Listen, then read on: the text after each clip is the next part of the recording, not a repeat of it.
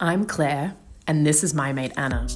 10 years ago, Anna and I drove a Ford Fiesta 10,000 kilometres from the UK to West Africa. We'd bought it off eBay for less than £250. We had no service history and almost no mechanical know-how. The West Africa we saw is a different one now, and today's politics would make this trip a challenge to repeat. Our breakdowns were outnumbered only by adventures, and we got way more mileage from our car than we'd ever hoped for. 10 years later, this is our story. So, Anna. Hello. What's that? It was an amazing salsa, bean salsa. Where are we? We're in Mauritania in a bush camp. We're stuck. Can't go anywhere. Why? Because the French left. They just decided to bugger off, which means we're fucked. Because the 4x4's got GPS and they are 4x4. We're a 2x2 and the other 2x2 buggered off. So that means they left without a carpet and 2 people that can push our car when we get stuck. We were a bit angry, but now we've organised the car properly. It's very organised now. Never been this organised. Granny's looking neat. Very dusty, however. And tomorrow we're going to go early tomorrow morning. Have an early night. We're going to go and do the beach run, but we're taking Desert Dude to show us the route away from getting stuck. We were sitting in a Bedouin tent for the day. Both 4x4s had left with the GPS to drive the big dunes out to Nouakchott. We were down to 2 two-wheel drives and having a forced rest day in the Sahara, with no one left at the campsite except us and a whale skeleton. Since we'd lost the GPS with the 4x4s, we'd just hired local guide Sidi, who would show us the least sandy tracks out to Nouakchott now that there were fewer hands to push with. But the French had hijacked Sidi to go birdwatching, leaving a note as their only confession, and now we had a whole day to entertain ourselves until we could leave the next morning. Hello. What you doing? Washing up. Yeah. These. Seen anything cleaner? Show me how you do it. Basically, you just lick them really neatly. You have to get down everywhere. Works really good. Bit of a knife. You're going to cut your lip open. Huh? Yeah, bitter. Everything's quite sandy. It's because they're just sitting around in the car when we drive. You haven't cleaned the pot yet. I haven't. I can't really get my face in there. I've been working on this for a while. I don't think I can do. No wonder we never get food poison, like our bellies. They must be made of steel. While we sat there baking in the heat, we heard an engine approaching from the distance which sounded like the Isuzu, except that it was travelling fast. We were about to find out that the Isuzu had flown across the top of a dune without seeing a drop-off and crashed spectacularly into the ground. They'd killed their clutch in the process, as well as their 4x4 capability, and now only had third gear to drive in. Duncan had not been wearing a seatbelt and face-planted into the windscreen during the crash. He'd smashed the glass with his face in the process, his goggles absorbing the worst of the blow. Here they come. Hey. The car without a clutch. Now that the French were also finally back, we were up to 3 two-wheel drives from 2 and had only our whale friend to bid farewell before leaving the next morning. We were the only car with a spare seat, so Sidi would ride with us. He insisted on driving at first, until he discovered the displeasure of driving in sand without a diff lock. After getting stuck in the soft sand multiple times in the first half hour, he insisted we take the wheel back. By now, we'd figured out the balance between enough revs to avoid slowing and getting stuck, and not too much that we'd kill the suspension or flip taking a corner in the sand. But despite now being able to enjoy the process more, things weren't going entirely without incident. What's going on? Bush bathing. What is that? I don't know. Bad way to waste the noodle. And the chocolate. Hunting for shade, huh?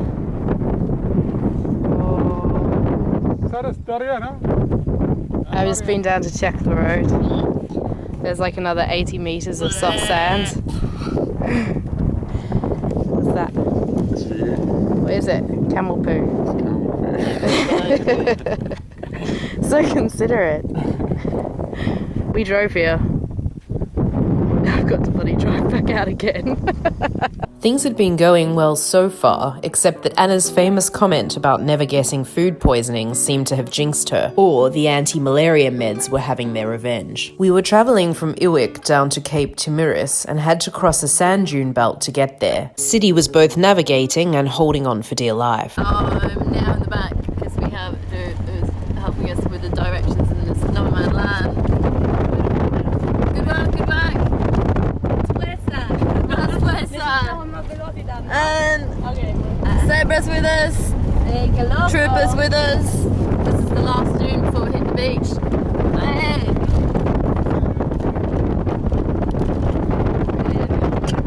Good work.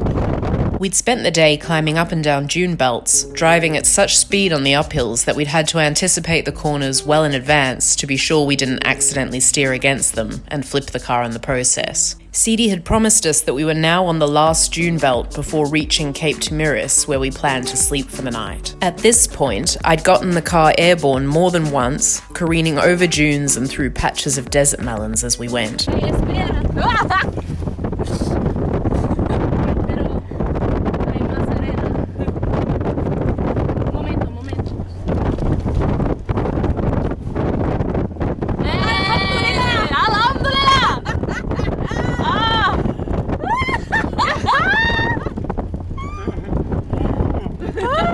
Es bueno, eh? Okay, bueno. Ah, mi amor. Done so well. So proud. Very, very good. Alright, good stuff. Made it. That was the last dune. Now head to the beach. Now we've got more sand. Although we weren't in the clear yet, we were almost done climbing undulating dunes and could start to slow down and enjoy the scenery more. This is off-roading. Off-roading Mauritania. Meanwhile, Sidi had developed a natural fear of my relationship with the accelerator, as well as a firm attachment to our tassels, which he held on to for dear life every time he started to feel anxious about my plans for the road ahead. This is soft fucking sand and it's uphill. But we were about to reach firmer ground where we could finally afford to stop without getting stuck and double-check that the other two cars had managed to keep up with us so far. It was also time to finally take stock of just how far we'd come.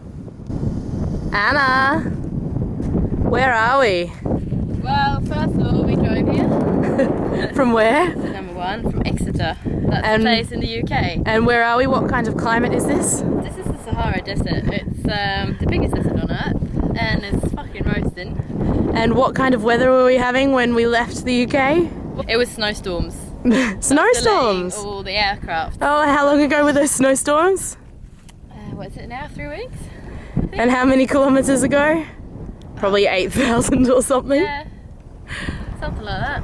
And now we've just sailed our way over some motherfucking big sand dunes. There's our guy there who kept on screaming, slower, slower, slower, slower! And then, Inshallah! He loved my driving so much that he held the roof every time I went to turn a corner. There we go. And wait. Oh, there he is. He's quite happy now. Let's see if we can't catch the other cars coming around the corner, but I think they may have been too far behind us since gunning it at a ridiculous pace. Our only common language is Spanish, so it's been quite entertaining. ¿Ya bien? ¿No? ¿Tienen problemas con la máquina pequeña? Ah, qué pena. Alright, looks like the other car is not coming for a while, so more on this later. As Sidi descended from his dune, he explained he hadn't managed to catch sight of the other cars, so they had to be stuck or broken down at least 3 kilometres away. Since we couldn't drive back without getting stuck ourselves, Anna volunteered to head out on foot and see if she could help. Meanwhile, Sidi and I would keep watch from atop his sand dune. ¿Cómo estás? Bueno, el conductor. Bueno, ¿Sí? sí, number one. Conductor. ¿Where? Bueno? Number one. A todos los turistas. Number one. Gracias. Máquina. No problema. ¿No piensas que conduzco como una loca? Sí. Luz con una loca. Y por eso estoy al mejor.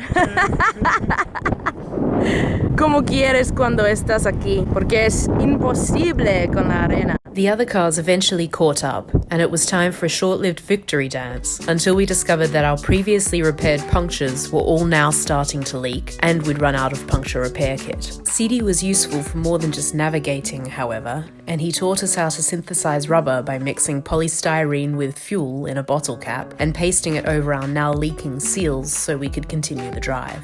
We'd almost reached the Cape, where we needed to wait for the tide to go out at sunrise. We'd then drive 50 kilometres along the shoreline between the Sahara and the sea, hoping not to break down before the tide came back in.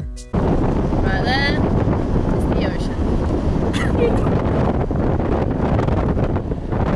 Anyway, we have made it. Another day. The fiesta. But we have the beach run tomorrow. We do have the beach run tomorrow. We don't have spare, so that'll be interesting. We'll be good, whatever way.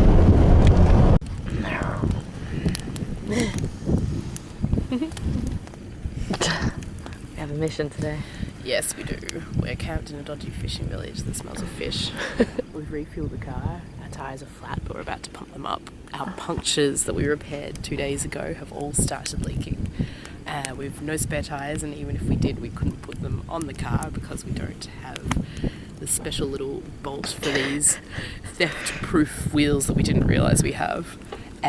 So basically what we're going to do is try and give ourselves as much time as possible on the beach before the tide comes in to make 50 kilometres in a car with something like 7 punctures and no spare tyres and hope there's no blowout, so that we can make it 45 kilometres along the beach and up above the shoreline before the tide comes back, so that we don't have to abandon Granny to the sea.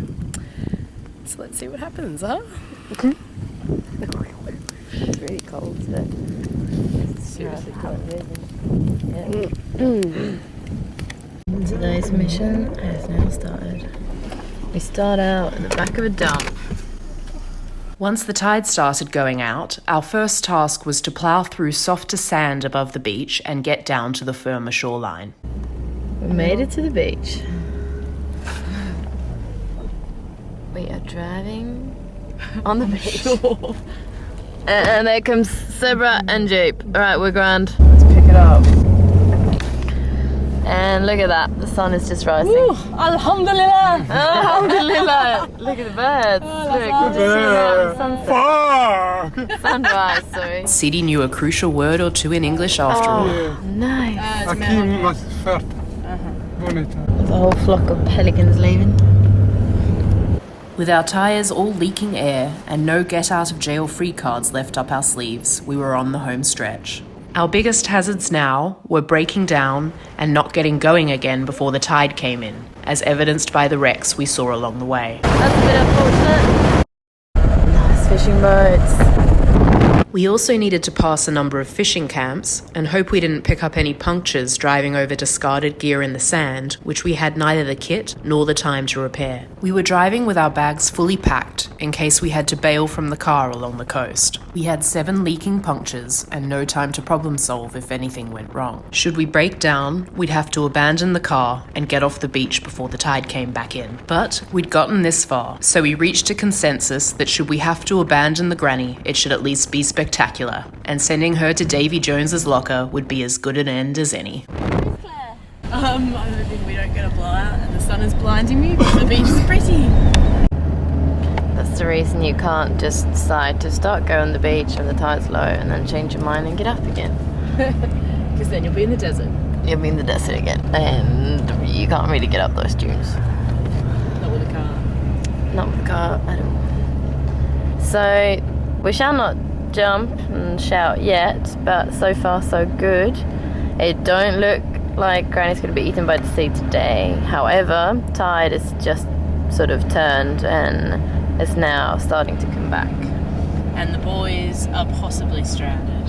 We hope. Yeah, haven't seen them for a while. But fingers crossed, we can't really stop and we can't do anything about it, even if we wanted between the to. sea and the desert. We are stuck between the sea and the desert. But it's pretty. It's very pretty, and yeah, hopefully we'll make it all the way without being washed out in the sea. Although the tide had turned, we were making good time and starting to close in on the village where we'd head inland to meet the tar road. With the morning's drive going well so far, we decided to stop a moment and let the other cars catch up. That's the granny on the beach. We found a flat spot so we could park at. With everyone now well accounted for and the beach not disappearing too fast beneath us, it was time to get our last stretch along the coast underway. We still had a few taller dunes ahead of us, requiring us to cut a narrow line between the Sahara and the sea, but we were finally about to hoon our way off the beach and towards the tar. Granny, she's coming up to make a speed. And with one final shower of sand, as we ploughed our way off the beach and into the last fishing village before the tar, we no longer had to worry about being eaten by the sea. Zebra. We had also sadly come to the end of our time with Sidi, who would hitch a ride back to Iwick with the next passing 4x4, but not before offering to buy our car now that it had proved its worth against the odds. The French couple announced they would also leave us here, while we took a break from the morning's mayhem to get stuck into a game of football with some new faces from the village. After a kick of the ball and a poke around the little fishing settlement we miraculously weren't going to have to hitchhike our way out of, it was time to cook up some roadside noodles and creep our way out to Nouakchott. Anna? Yes. What are we driving on? It's really solid actually, and you can't shovel it. You don't have to put branches down, you don't have to dig massive pots, you don't have to lay face flat on the sand. The sweat and sand blown everywhere so you can't see anything. What's it called? I think it's called like tarmac. Yes, what's that? It's pavement!